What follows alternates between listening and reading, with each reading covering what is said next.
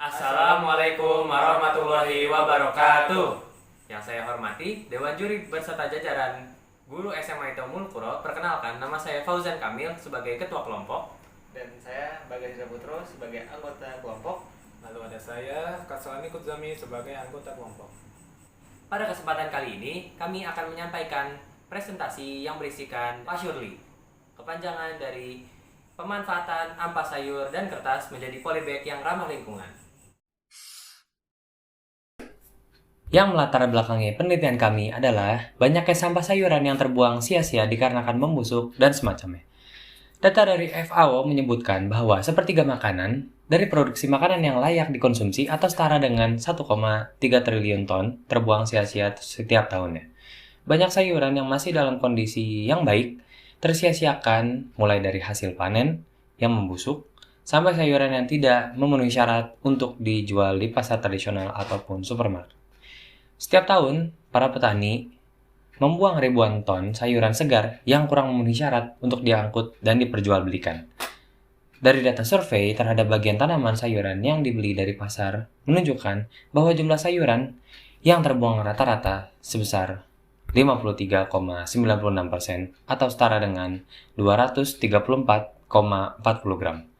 Sampah yang ditimbulkan penduduk Jakarta mencapai angka 2.836 ton per hari. Sampah sayuran biasanya akan tertimbun di pasar utama atau pasar induk, pasar pengecer, dan rumah tangga.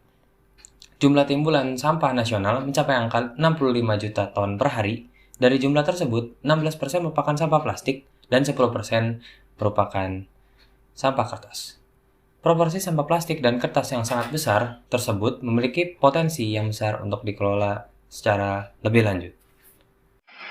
Tujuan dalam penelitian ini ialah 1. Mengurangi sampah sayur dan kertas yang ada di lingkungan sekitar. Dengan terciptanya polybag berbahan dasar sampah sayur ini, lambat laun sampah sayur yang berserakan akan berkurang sedikit demi sedikit dan akan teratasi. Kedua, menciptakan sebuah benda yang dapat bermanfaat. Polybag yang dapat dibuat di rumah sendiri ini mampu kita gunakan sebagai media tanam tumbuhan atau bisa dijadikan sebagai tempat menyimpan alat tulis dan lain sebagainya. Manfaat dalam penelitian ini, yang pertama, dapat membuat sebuah polybag yang ramah lingkungan, dan yang kedua, dapat mengurangi sampah sayuran dan kertas. Kami menggunakan beberapa alat dan bahan dalam penelitian ini.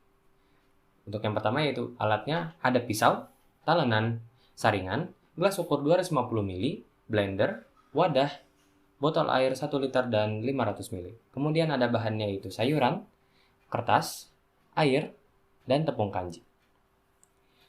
Kami membuat 2 polybag masuk ke dalam tahap persiapan. Dalam proses persiapan, pengolahan polybag dari ampas sayur dan kertas dibagi menjadi 2 proses, antara lain proses penghancuran, yaitu ampas sayur dan kertas akan dicampur dengan air lalu dihancurkan dengan blender menjadi campuran ampas sayur. Yang kedua yaitu proses pengairingan, ampas sayur akan dikeringkan dalam wadah.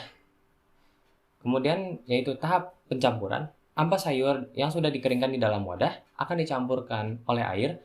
Wadah diisi sekitar 250 ml dari gelas ukur, lalu ampas yang kering sebelumnya akan ditekan dan dicampurkan dengan air yang sudah ditaruh di wadah. Selama proses tersebut, ampas sayur akan terus ditekan agar air yang dimasukkan ke dalam wadah tersebut tercampur rata dengan ampas sayur. Kemudian, ada tahap pencetakan. Setelah ampas sayur ditekan beberapa menit, ampas tersebut akan ditempelkan ke bagian sisi dari wadah sebelum ditempelkan ke bagian sisinya. Bagian dalam dari wadah akan ditempelkan kertas agar ampas mampu lepas dari wadah. Kemudian, ada pembuatan polybag yang kedua. Tahap pertama yaitu proses penghancuran sayur. Ampas sayur akan dicampurkan dengan air lalu dihancurkan dengan blender menjadi campuran ampas sayur. Kemudian proses yang kedua yaitu proses penghancuran kertas. Kertas dimasukkan ke dalam wadah air sampai kertasnya menjadi hancur. Kemudian dihancurkan menggunakan tangan hingga menjadi butiran-butiran. Lalu yang ketiga, proses pembuatan tepung kanji. Campuran tepung kanji dan air perasan sayur yang sudah di blender. Kemudian yang keempat, proses pencampuran. Campurkan tepung kanji dengan ampas sayur dan kertas, aduk hingga merata sampai tercampur. Kemudian yang kelima, yaitu proses pembentukan. Ambil adonan secukupnya dan dibentuk di setengah bagian bawah botol yang berukuran 1000 ml dan 500 ml. Kemudian yang keenam yaitu proses pengeringan. Letakkan adonan yang sudah dicetak di bawah terik matahari, kemudian jemur hingga 3-5 hari. Nah, jadi di sini hasil uji coba pembuatan polybag dari ampas sayur dan kertas, bahwa hasil percobaan yang pertama pembuatan polybag dari ampas sayur diharapkan bertahan selama beberapa hari. Polybag diuji ketahanan dengan cara disiram, namun pada saat uji ketahanan dilakukan, polybag hanya dapat bertahan selama beberapa jam saja. Saat diperhatikan lagi, polybag menjadi hancur dan lembek. Kemudian dilakukan uji ketahanan yang lebih lanjut lagi, dengan cara polybag akan dijatuhkan dari lantai.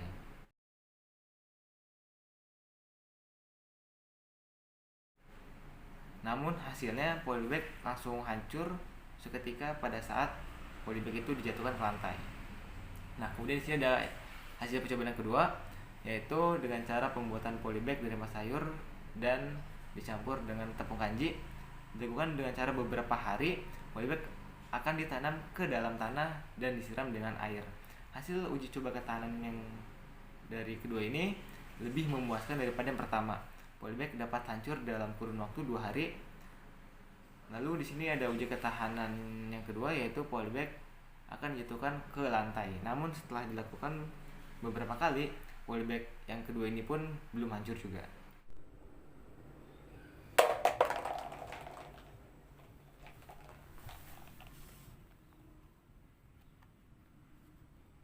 Nah, kemudian di sini ada data hasil penguji, yaitu ada 2 metode ya di sini. Yang pertama ada metode dengan disiram dan dijatuhkan dari ketinggian, yaitu ke lantai. Nah, yang pertama di sini yang polybag, jenis polybag percobaan yang pertama dengan metode disiram, maka hasilnya akan hancur dalam waktu 2-6 jam. Kemudian dengan cara metode yang kedua, yaitu dijatuhkan dari ketinggian, maka hasilnya akan hancur seketika. Entah dengan waktu beberapa detik. Jika dijatuhkan maka akan langsung hancur. Kemudian dengan jenis polybag yang kedua, yaitu dengan metode disiram, hasilnya tetap hancur tapi dengan kurun waktu 2 hari yang sudah saya jelaskan tadi. Nah, di sini dengan cara disiram itu, maka hasilnya akan seperti pupuk dan lembek pada saat digali dalam waktu 2 hari. Maka lebih efektif yang kedua. Kemudian dari metode yang kedua ini didapatkan bahwa jika dijatuhkan dari ketinggian, maka polybagnya belum hancur juga, tidak hancur. Maka kalau hasil polybag yang kedua, jika dijatuhkan atau dibanting dengan sengaja, mungkin hasilnya bisa pecah dari pinggiran dindingnya. Tapi jika dengan cara dijatuhkan seperti biasa, maka hasilnya tidak hancur. Nah, kesimpulan dari hasil semua percobaan kami bahwa dinyatakan bahwa penggunaan tepung kanji ini lebih efektif daripada menggunakan air saat pencampuran bahan adonan untuk menjadikan pembentukan polybag tersebut. Kemudian percobaan pertama dapat dinyatakan gagal karena tidak mampu menahan siraman air yang diberikan pada uji coba pertama. Nah, lalu yang kedua ini, percobaan yang kedua hampir dinyatakan berhasil karena polybag yang kedua ini lebih kuat, yaitu bisa menahan sampai 2 hari. Nah, proses pertama ini lebih mudah dibandingkan proses yang kedua. Dari hasil percobaan yang kedua ini lebih baik daripada hasil percobaan yang pertama. Nah, kemudian proses percobaan yang kedua lebih meminimalisir dalam menggunakan barang-barang bekas, dan percobaan yang pertama kurang untuk meminimalisir dari bahan-bahan bekas.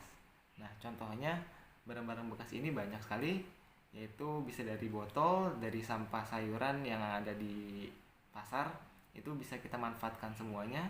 Kemudian tepung kanji itu tidak tergolong mahal dan itu termasuk barang-barang yang tidak termasuk wah gitu lah. Nah, jadi ya kita menggunakan yang barang-barang itu untuk mengurangi limbah ataupun sampah-sampah masyarakat. Oke, di sini ada saran. Nah, saran yang kami dapatkan bahwa lebih baik untuk melubangi dan bawah polybagnya agar tanah yang saat dimasukkan nanti tidak menggenang pada saat hujan ataupun disiram nanti. Nah, kemudian gunakanlah tepung kanji yang lebih sedikit agar polybagnya lebih lentur dan mudah dibentuk pada saat pembuatan polybag tersebut. Sekian dari presentasi yang dapat kami sampaikan. Mohon maaf jika ada salah kata dan hal-hal yang menyinggung. Hari Senin bersih-bersih. Cakep. Wis. Pasang bendera biar berkibar.